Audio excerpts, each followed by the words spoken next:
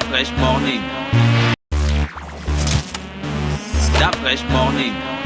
Vous êtes sur les 104.5 Urban FM, la station urbaine. On est avec Gina. Gina, on parle de vieux ce matin, des personnes âgées. Oui, on parle des personnes âgées ce matin et cette fois-ci, tu sais qu'on a déjà fait plusieurs rubriques ici où on parlait du traitement que notre pays, que nous en tant que citoyens, en fait, on donnait aux personnes âgées.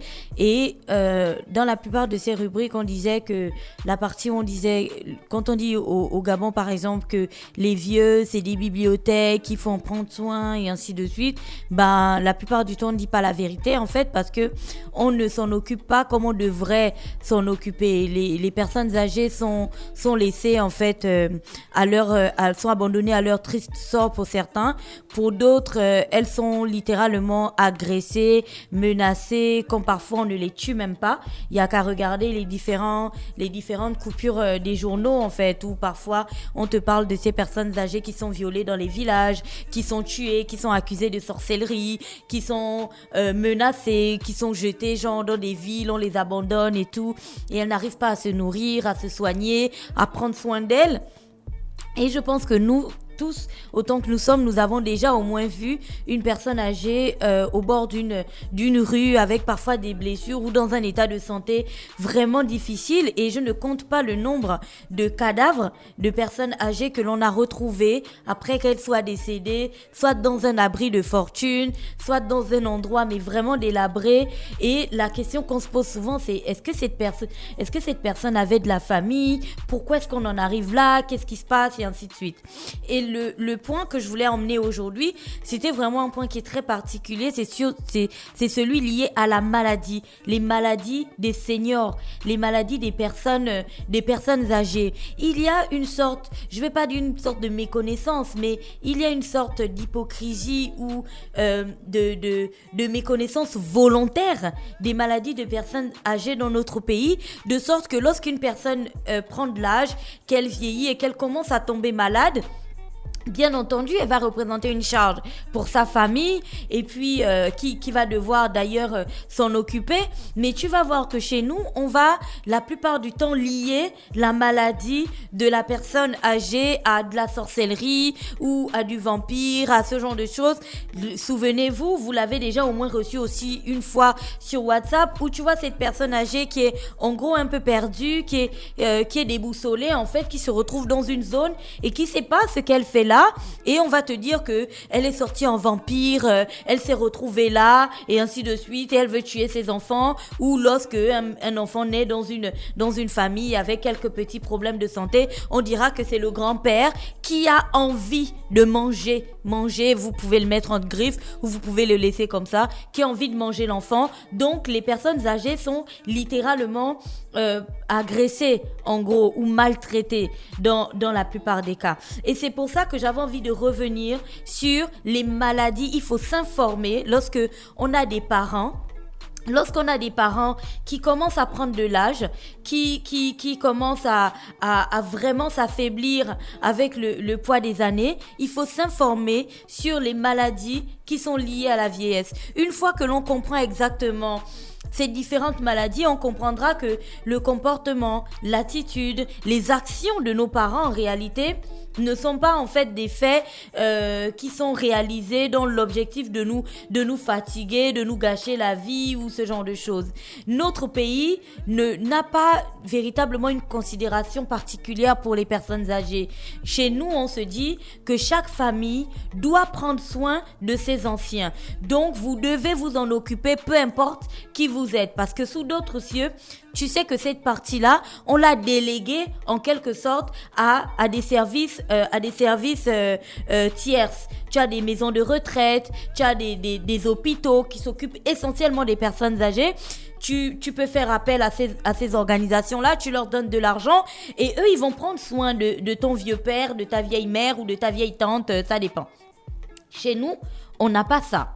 On a bien entendu le centre gériatrique de Mélène pour les personnes âgées et tout ça, mais tu sais aussi, et on avait déjà parlé de ça ici avec le général Demapan à l'époque, qui venait dire que si vous êtes déjà allé dans ce centre, si vous êtes déjà passé par ce centre, vous pourrez entendre les voix des vieilles personnes en train de pleurer. Elles pleurent de faim. elles pleurent de soif, elles pleurent parce qu'il n'y a pas d'installation, elles ne mangent pas, elles ne dorment pas normalement et tout. Et c'est tout simplement inhumain. Et c'est pour ça que c'est très important de s'informer sur les maladies liées à la vieillesse. Une fois que l'on comprend ça, on a une approche différente. Parce que chez nous, comme je le disais, on n'a pas de service tierce pour prendre soin de nos anciens. On doit s'en occuper nous-mêmes. Et pour bien s'en occuper, il faut comprendre ce qui se passe dans le corps d'un individu lorsqu'il prend de l'âge. Premièrement, on te dit qu'il y a la question des addictions. Les addictions ou les dépendances qui vont se caractériser par l'impossibilité répétée de contrôler un comportement et la poursuite de ce comportement, peu importe ce qu'on dira. Par exemple, le tabagisme, l'alcoolisme, tu vois, ou encore la toxicomanie pour les personnes qui prennent la drogue et ce genre de choses. C'est-à-dire que si vous aviez un papa qui était déjà abonné à la réunion des parents d'élèves, au PK5, dans ces années où il était bien fort, plus il va vieillir, plus ça va devenir en fait son seul lien social. Le truc où quand il y va, il est avec des gens qui comprennent en fait ce qu'il ressent, qui il est et ainsi de suite. Et ça va aussi amplifier d'une certaine manière son addiction. Donc tu vas voir que parfois tu as des vieux qui sont à fond dans l'alcool et on comprend pas. Il se lève le matin, il boit, à midi, il boit, tu as l'impression que sa vie ne tourne plus qu'autour de ça. Ça, c'est des maladies. En fait, l'addiction, c'est une maladie qui vient avec la vieillesse. Tu as l'arthrose. C'est la maladie chronique la plus fréquente et qui est bien entendu due à la dégénérescence du cartilage des articulations. Et elle intervient lorsque l'articulation est régulièrement soumise à une pression trop importante. Tu as des vieux qui, dans leur jeunesse, ont travaillé, ils ont par exemple été militaires, policiers, ils ont travaillé dans des usines et ce genre de choses. Ils ont énormément sollicité leur corps, leurs articulations. Bien entendu, quand ils vont vieillir, ça va avoir un effet, tu vois. Et donc, ils vont commencer par avoir des problèmes de douleur et tout ça, articulaire et autres. Et puis, tu as bien entendu la reine des maladies de vieillesse, le diabète, qui est une pathologie qui se caractérise par une hyperglycémie chronique. Et c'est un excès de sucre dans le sang. Je pense que René ou quelqu'un en avait déjà parlé dans le Da Fresh Morning. Et le diabète, en fait, tout le monde sait un petit peu ce que c'est. D'où l'intérêt d'emmener ses parents faire des checks parce que la plupart du temps ils te diront pas je vais aller à l'hôpital. Tous les parents détestent aller à l'hôpital, tu vois, c'est traîner là des longues heures d'attente et ainsi de suite. C'est à vous de prendre cette responsabilité là. Tu as les douleurs qui parfois peuvent être issues des raisons parfois inconnues ou connues, ça dépend. Mais une des choses que les personnes âgées ont en commun, c'est les douleurs. Elles ont tout le temps mal partout. Elles ont mal au dos, elles ont mal aux pieds, elles ont mal à la tête, elles ont mal aux épaules, elles ont mal partout. Et donc, ces douleurs-là, qu'on appelle parfois aussi les rhumatismes et tout ça, il faut les prendre en compte. Et après, il y a l'autre maladie qui en réalité m'a conduit dans la rubrique de ce jour, c'est certainement la maladie d'Alzheimer qui est très très très mal connue au Gabon, combien même je pense qu'elle affecte beaucoup de personnes sans qu'on ne sache exactement que ces personnes-là souffrent de ça. C'est une pathologie qui au fil des années, surtout en Europe, est devenue véritablement une pathologie centrale chez les personnes âgées. Elle se caractérise par, tu sais, on a déjà regardé des films où des personnes avaient la maladie d'Alzheimer, donc elle va se caractériser par la dégénérescence progressive et irréversible, c'est-à-dire qu'il n'y a pas de traitement des cellules nerveuses, donc les neurones de la personne, et la personne âgée va du coup avoir les neurones qui sont localisés dans la région de l'hippocampe où se trouve la mémoire, et donc ces personnes-là vont avoir des pertes de mémoire, des difficultés du langage, du raisonnement, de la réflexion. Elles vont plus se souvenir de plein de choses. Parfois, elles ne se souviennent même plus de qui sont leurs enfants, tu vois. Et tu es déjà tombé sur une vidéo, au moins une fois sur WhatsApp, où tu vois qu'une vieille personne se retrouve dans une zone Et puis on ne sait pas ce qu'elle fait là et les citoyens viennent, ils la tabassent et on l'accuse de sorcellerie. Mais c'est peut-être parce que chez nous on fait pas d'examen. Cette personne-là est peut-être atteinte d'Alzheimer. Et dans sa crise, elle s'est peut-être souvenue de cet endroit-là comme un endroit en fait qui lui était familier et elle a marché jusque là-bas et elle ne comprend pas en réalité pourquoi elle se retrouve là. Mais chez nous, on va tout de suite coller ça à de la sorcellerie. Et puis plus récemment, avec les difficultés de la vie que l'on connaît tous, le stress et toutes les difficultés économiques et autres qui tuent en gros une partie de la société et des organisations, tu vas voir que l'autre pathologie qui est devenue fréquente, c'est l'accident vasculaire cérébral, l'AVC, où tu vas voir on a au moins tous dans cette salle un ami, des parents et autres que l'on connaît qui ont déjà fait un AVC. Dans la plupart des cas, la personne qui fait un AVC peut décéder de ça si elle n'est pas automatiquement prise en charge.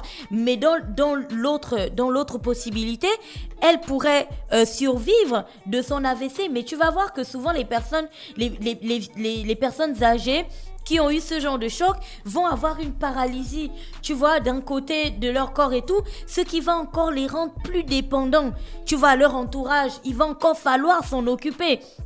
Et tout à l'heure, quand je parlais de diabète et autres, tu sais que parfois ça va te conduire à la cécité. C'est ça, Jean-Paul. Ça peut conduire à la cécité et autres. Donc tu as des personnes âgées qui ont perdu la vue.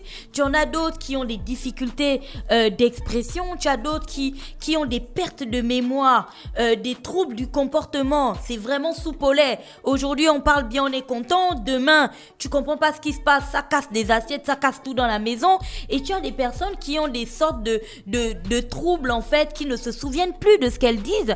Elle dit quelque chose là et puis demain elle te dit que c'est pas vrai, elle a pas dit ça, vous prenez ses affaires, vous la traitez mal et ainsi de suite. Tout ça c'est des choses qui sont liées à la vieillesse. Et si on a envie d'avoir une société qui fonctionne d'une manière un petit peu normale, il va falloir que l'on comprenne qu'il est important de communiquer sur les maladies liées à la vieillesse. La plupart du temps, les vieux, ils étaient dans les villages, tu vois. Ils se géraient là-bas, dans les villages.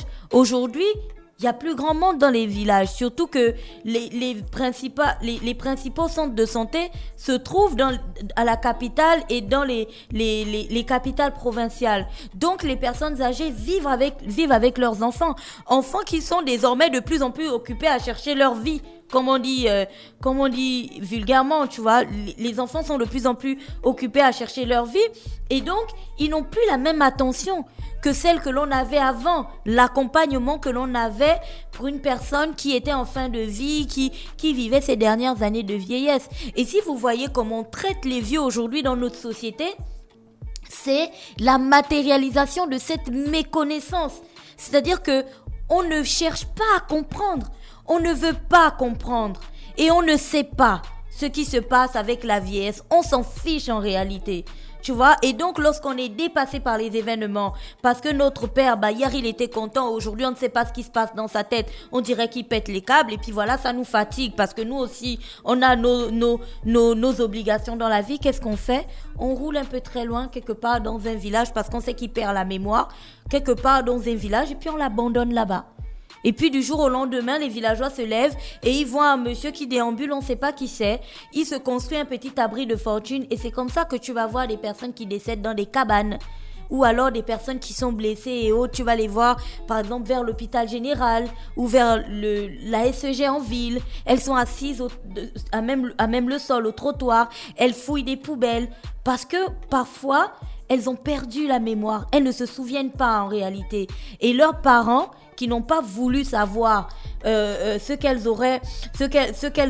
qu'ils auraient pu faire pour ces personnes-là, les ont littéralement abandonnées. Et l'État aussi a sa part de responsabilité dans tout ça, parce qu'on n'a pas su dynamiser ce centre de prise en charge des personnes âgées. Ce centre-là aussi est à l'image de notre société, à l'image de la population, parce que le centre aussi, on s'en fout, tu vois, parce qu'on se dit... De toute façon, elles ont fait leur vie, elles n'ont qu'à se débrouiller. Et j'avais envie de rappeler à tout le monde que si aujourd'hui on a la vingtaine, la trentaine ou qu'on a 40 ans et qu'on est pimpant, Tu vois, on a vraiment du dynamisme et tout ça, de la fougue. À moins que Dieu nous rappelle à lui le plus rapidement possible. Mais la vieillesse est un passage obligé pour chacun de nous. Et on peut pas anticiper la réaction de nos enfants, même quand on est convaincu de les avoir bien élevés, bien éduqués et de leur avoir tout donné. Peut-être que le vieux que vous avez vu en ville là et puis vous êtes passé et voilà, vous vous en foutiez, peut-être que dans 20 ans, ce sera vous, quand vos enfants vous abandonneront. Et à ce moment précis, vous aurez du plaisir ou vous serez content de savoir que l'État s'est quand même dit que on va dynamiser un centre et puis on va vous emmener là-bas, vous pourrez prendre des douches, vous pourrez manger, vous pourrez mourir dans la dignité. Voilà, c'était tout pour aujourd'hui.